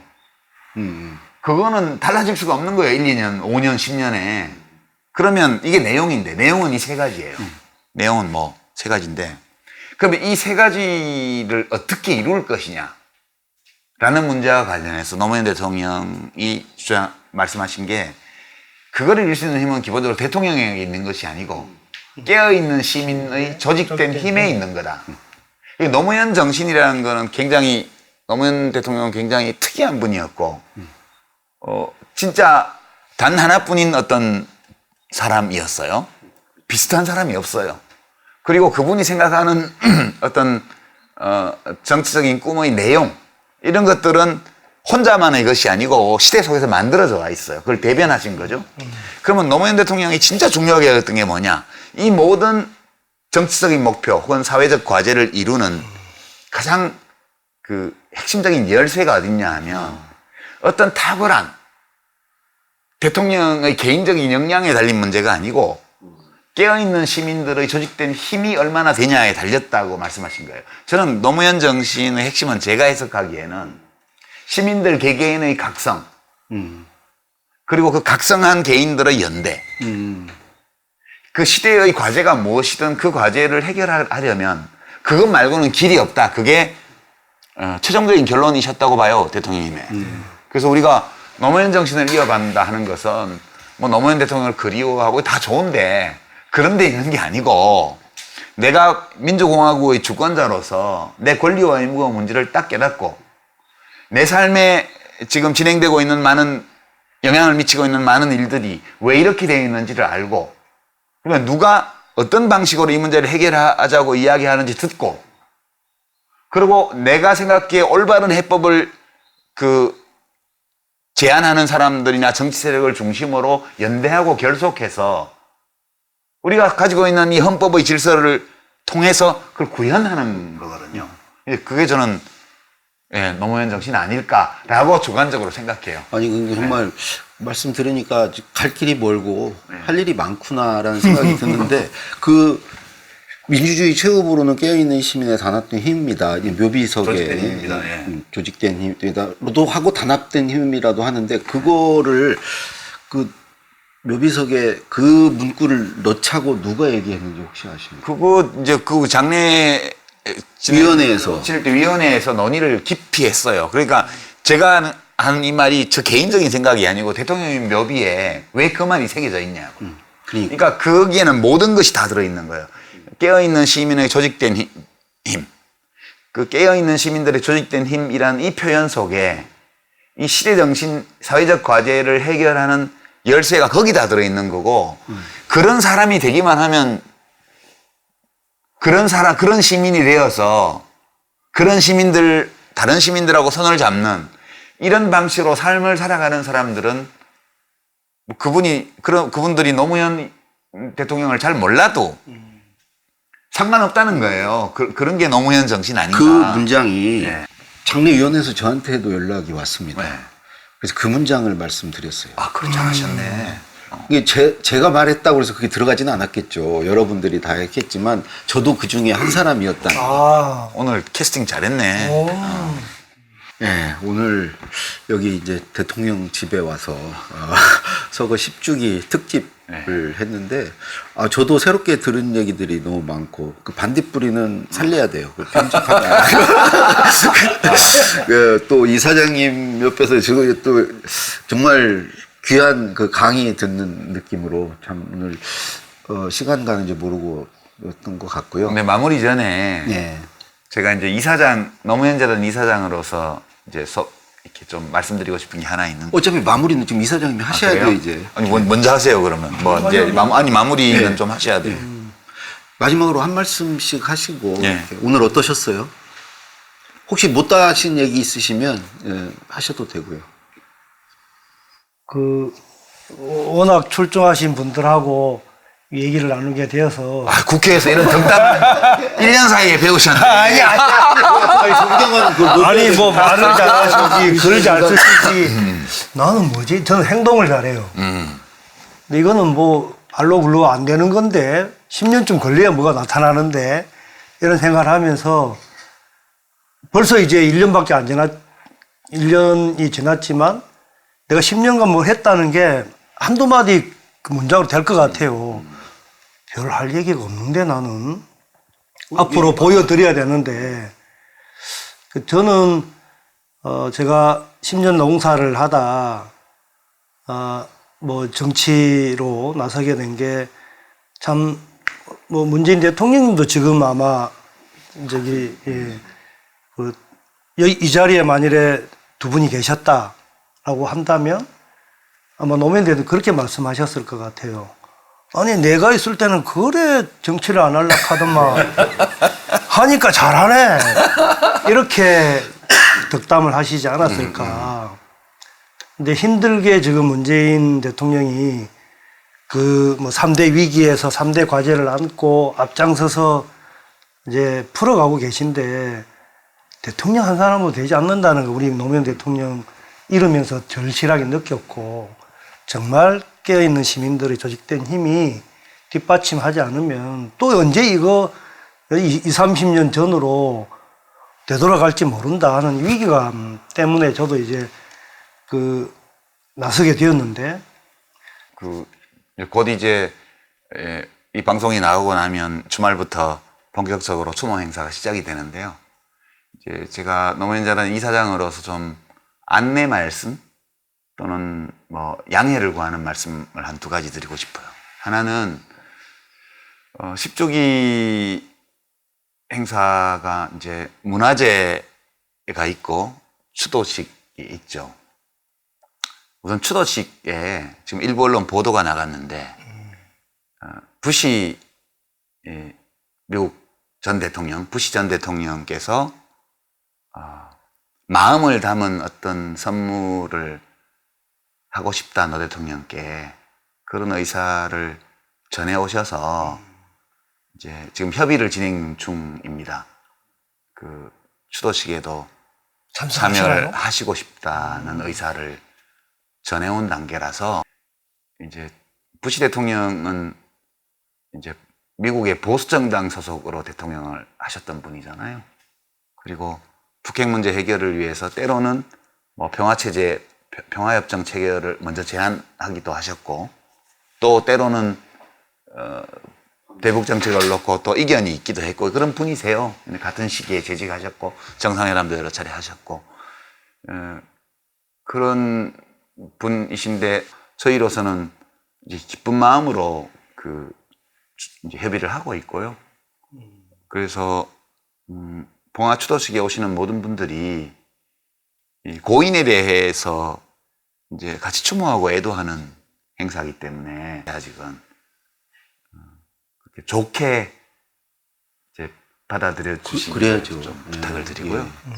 두 번째는 문화제에 나오는 가수분들이나 분위기가 좀 더 예전보다 좀 발랄해질 거예요. 제가 이제 가수 섭외나 권역별로 돌아가면서 하시죠. 권역별로도 이제 하고 이제 서울문화제도 그렇고 지방도 그렇고 가수 섭외나 이런 거 또 공목 선정 뭐 어떻게 했을지는 모르겠는데 좀 밝고 발랄한 분위기에서 문화제를 했으면 좋겠다. 그거는 이제 10주기 맞아서 우리가 애도와 추모를 넘어 본격적으로 노무현의 시대를 열어나가는 시민으로서 20주기의 문화제를 받아들이자는 뜻에서 좀 더 적극적이고 진취적인 분위기를 만들기 위해서 그렇게 했습니다. 예. 그렇게 했고요. 이 두 가지 사안을 두고 뭐 이견을 낼 수도 있다고 봐요, 저는. 보는데. 근데 다만 이제 노 대통령이 여기 그냥 살아 계셔서 부시 대통령이 한국 출장 오는 김에 노무현 대통령 한번 봅시다. 그럼 어떻게 하셨을까? 그럼 기꺼이 오시라고 해서 식사를 대접하고 차를 대접하고 같이 봉화 들판을 거닐고 하셨을 것 같아요. 그래서 노무현 대통령께서 평소에 쓰시던 사인 중에 사람 사는 세상을 제일 많이 쓰셨지만 강물처럼도 많이 쓰셨거든요. 강물처럼. 왜 강물처럼을 쓰셨냐 하면 강물은 바다를 포기하지 않습니다. 여러 가지 장애물을 만나도 계속 방향을 가지고 간다는 거예요. 그 강물처럼 살자고 힘들어도. 근데 노무현 대통령이 이제 돌아가셨잖아요. 우리 노무현 재단과 노무현 대통령을 좋아하는 우리들은 이제는 대통령이 바다가 되시게 해드려야 된다고 봐요. 어떤 강물도 마다하지 않는 나를 향해서 오는 어떤 강물도 마다하지 않는 바다. 그러기 위해서는 우리 재단이나 재단을 후원하시는 그런 귀한 일을 해오신 후원회원들 또 노무현 대통령을 좋아하는 시민들 이 모든 분들이 노무현 대통령이 바다라고 생각하면서 모든 것들을 안아주는 이런 마음으로 이번 10주기 행사를 같이 즐기셨으면 하는 그 바다 얘기는 어디가 제가 좀 써먹어도 되죠? 제가 요새 최근에 생각한 거예요. 아, 좋은데요. 네, 우리 다 재단은 받아들이는. 노무현 재단은 강물을 다 받아들이는. 대통령께서 이제는 모든 강물을 다 받아들이는 바다처럼 되실 수 있게끔 우리가 추모 사업과 기념 사업 또 노무현 정신을 계속 발전시키는 사업들을 그런 마음으로 해나가야 되지 않을까 그런 생각을 최근에 하게 됐어요. 마음대로 쓰셔도 돼요. 저 카피라이트, 아, 예. 카피 레프트, 카피라이트가 아니고 카피 레프트예요. 요거 편집해 주시고요. 이제 클로징은 이제 원래 이제 다시 그래서 클로징은 제가 할까요? 네. 그럼 이제 마지막 소감 한 말씀 하시고 오늘은 임시 아니 예감이 임시가 아니고 계속 할 거다. 좋지. 예감이 들고요. 예, 그래서 별로 제가 이제 뭐 바라는 건 아니지만 뭐 그렇게 또 요청을 하시면 제가 한번 생각해 보겠다는 말씀을 드리면서 원래 이제 주인장이신 우리 유시민 이사장님 마무리해 주시죠. 예. 네, 오늘 알릴리오 특집이죠. 대통령 선거 10주기를 맞아서 봉하마을에 있는 대통령의 집 서재에서 이렇게 모시고 함께 이야기를 나눴습니다. 마무리하면서요. 3.1운동이 일어나고 나서 여러 임시정부가 만들어지고 그 흐름이 모여서 상해 임시정부가 구성이 됐습니다. 우리 대한민국의 헌법은 상해 임시정부의 법통을 개선한다고 우리가 선언하고 있죠. 그때 좀 신기하지 않습니까? 임시정부 상해 임정이 처음 생길 때부터 임시헌장이라는 걸 채택했는데 조선을 복원하는 것이 아니고 그 1조에 민주공화국을 수립하는 것을 1조에 넣습니다. 이게 무슨 소리냐 하면 현실에 존재하고 있던 그 일본 제국주의의 무단 통치에 단지 저항한 데서 그친 것이 아니고 그 저항을 하는 과정에서 마음에 그러면 앞으로 우리가 어떤 나라를 만들 것인가에 대한 고민을 깔고 그 3.1 독립투쟁을 하셨다는 거죠. 우리 선조들이. 우리가 싸울 일이 있으면 싸워야 하고 화낼 일이 있으면 화내야 하고 또 오늘처럼 노무현 대통령 10주기를 맞아서 또 이런저런 여러 감정을 느낄 때는 또 느끼겠습니다만 우리가 늘 마음에 담아둬야 하는 것은 이 모든 싸움들이 무엇을 위한 것인가? 어떤 세상 그리고 그 안에서 살아가는 우리들의 어떤 삶을 이루기 위한 것인가? 라는 고민을 늘 잊지 말고 함께 해나갔으면 합니다. 그러면 우리나라 그런 시민들이 많아질수록 정말 잘 될 것 같습니다. 이런 저희 생각을 여러분과 함께 나누면서 오늘 문은 우리 강원국 작가께서 열어주셨지만 문 닫는 일은 제가 하도록 하겠습니다. 클로징 참 좋습니다. 두 분 오늘 함께 해주셔서 감사하고요. 네, 불러주셔서 고맙습니다. 자, 유시민의 알릴레오 오늘의 길 안내를 여기서 마치겠습니다. 고맙습니다.